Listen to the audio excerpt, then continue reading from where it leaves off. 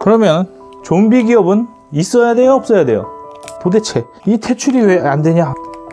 정부가 호흡기를 달아주지. 그래서 어떻게 돼야 되냐? 죽을 때 안락사를 시켜줘야 돼. 오늘은 좀비 기업에 대해서 알아보도록 하겠습니다. 이거 있는 좀비가 뭘까요? 영화에서 많이 보잖아. 죽었는데 살아있다. 뭐는 죽었는데 뭐는 살아있는 거죠? 뭐가 죽어있어? 얘는 정신이 신, 영혼이 없죠.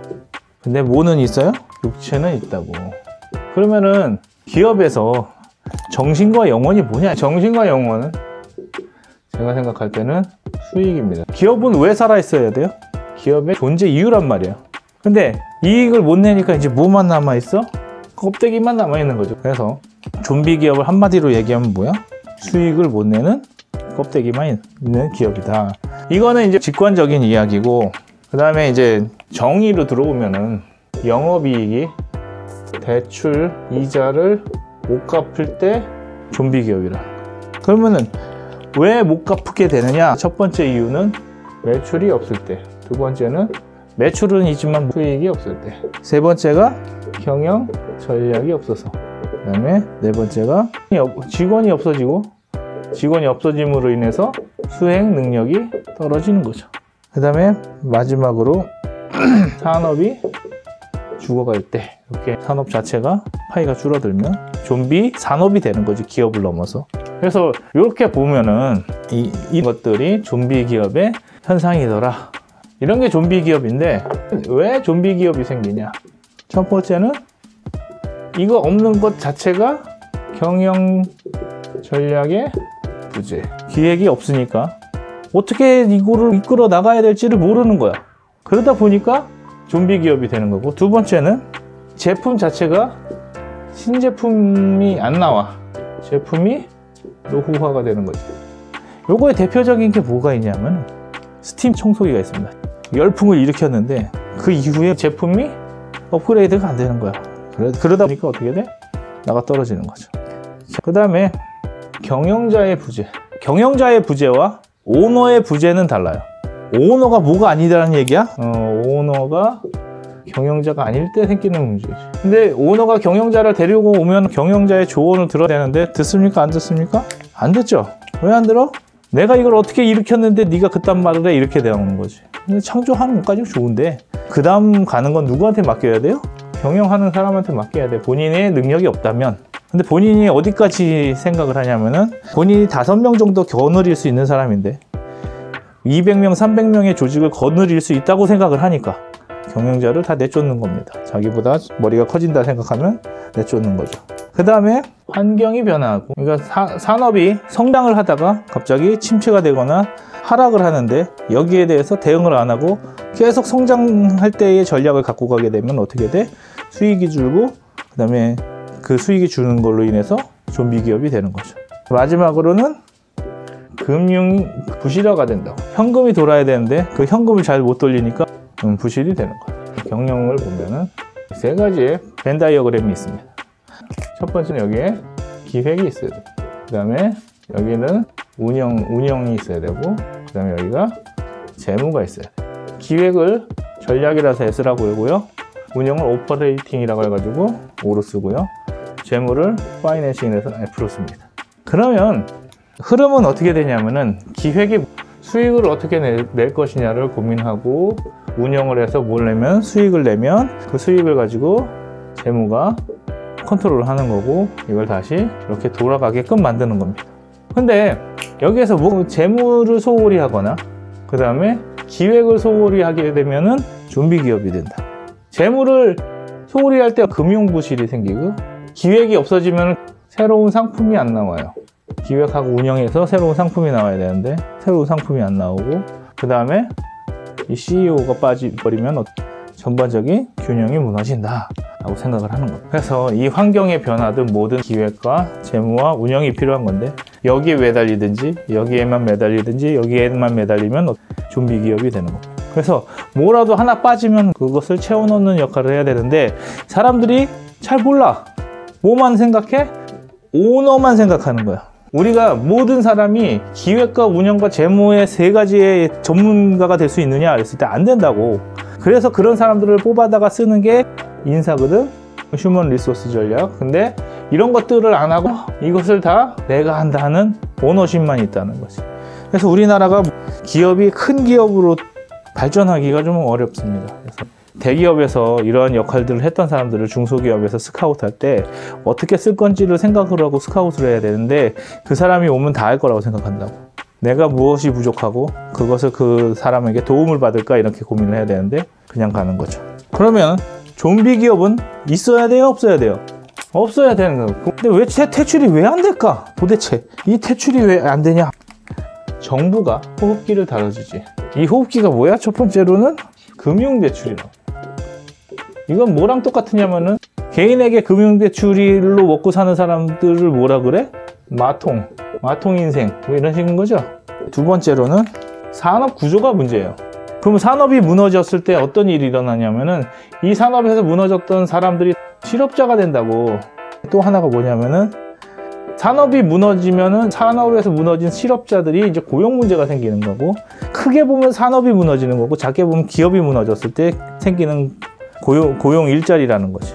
항상 정부가 뭘 하려고 하면은 일자리를 책임지려고 한다고. 일자리. 근데 정부가 일자리를 창출할 수 있어요, 없어요?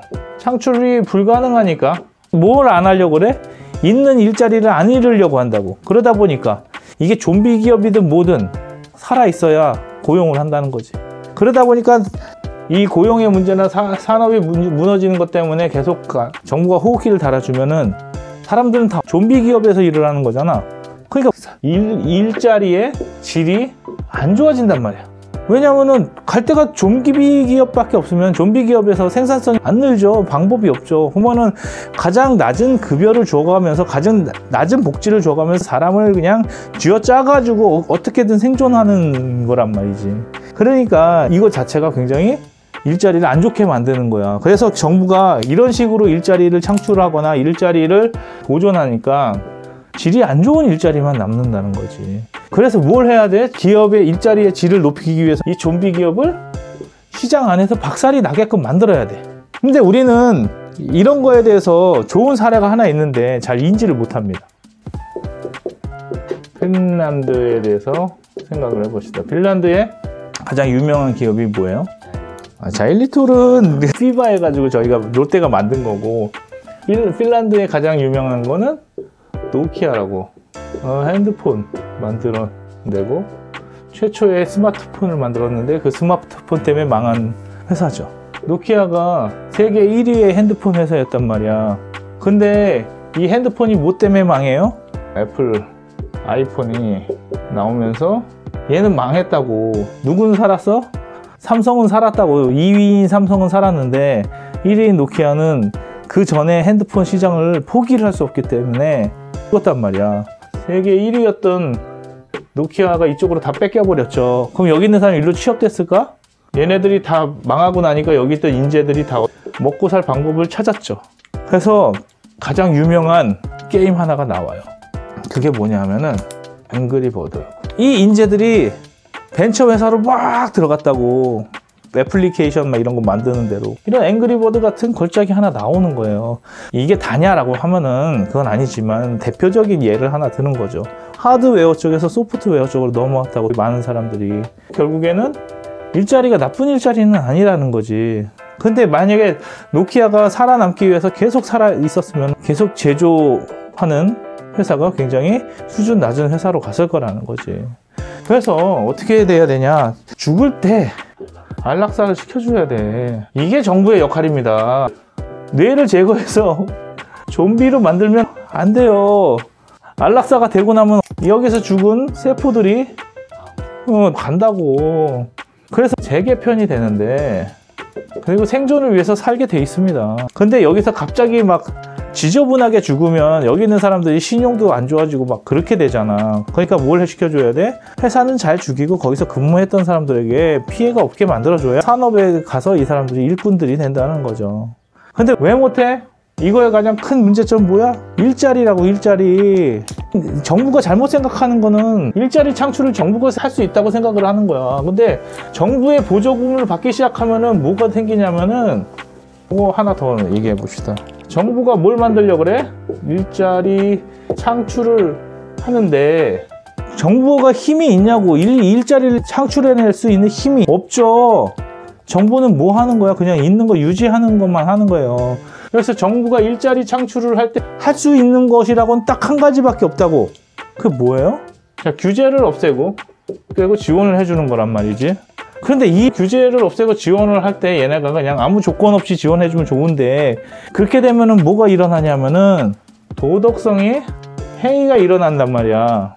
그러니까 이 도덕성의 해이를 일어나지 않게 하기 위해서는 규제 아닌 규제가 또 들어간다고. 이게 뭐냐면은 지원을 해주면서 조건을 자꾸 만들어요. 조건을 충족하면 다행인데 아이디어가 조건을 충족을 하게 되겠습니까? 어떤 조건을 다 맞춰가면서 어떻게 창의적인 생각이 나와. 그러니까 충족이 안 되죠. 충족을 못 시켰을 때 뭐 하냐면은 이게 발목을 잡는 거죠.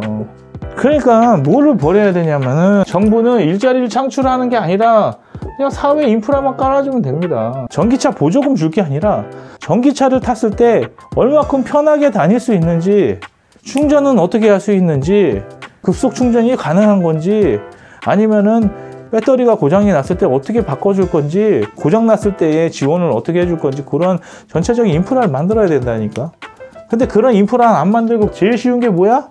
돈 주는 거야. 이 지원 중에서 가장 쉬운 게 보조금이지. 근데 보조금을 아무나 다 주면 돼? 안 돼? 안 되니까 뭘 자꾸 걸어?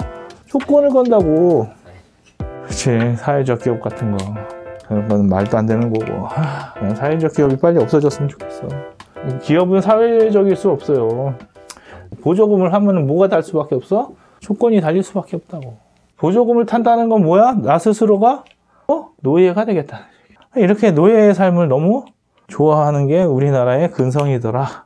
정부는 일자리 창출에 신경을 끄고 양질의 일자리가 되도록 안락사를 시켜야 된다. 수명을 다한 기업에 안락사하도록 해야 된다가 오늘까지의 이야기입니다. 그래서 오늘은 간단하게 좀비 기업을 알아봤고요. 다음에 또 즐거운 시간으로 오겠습니다. 감사합니다.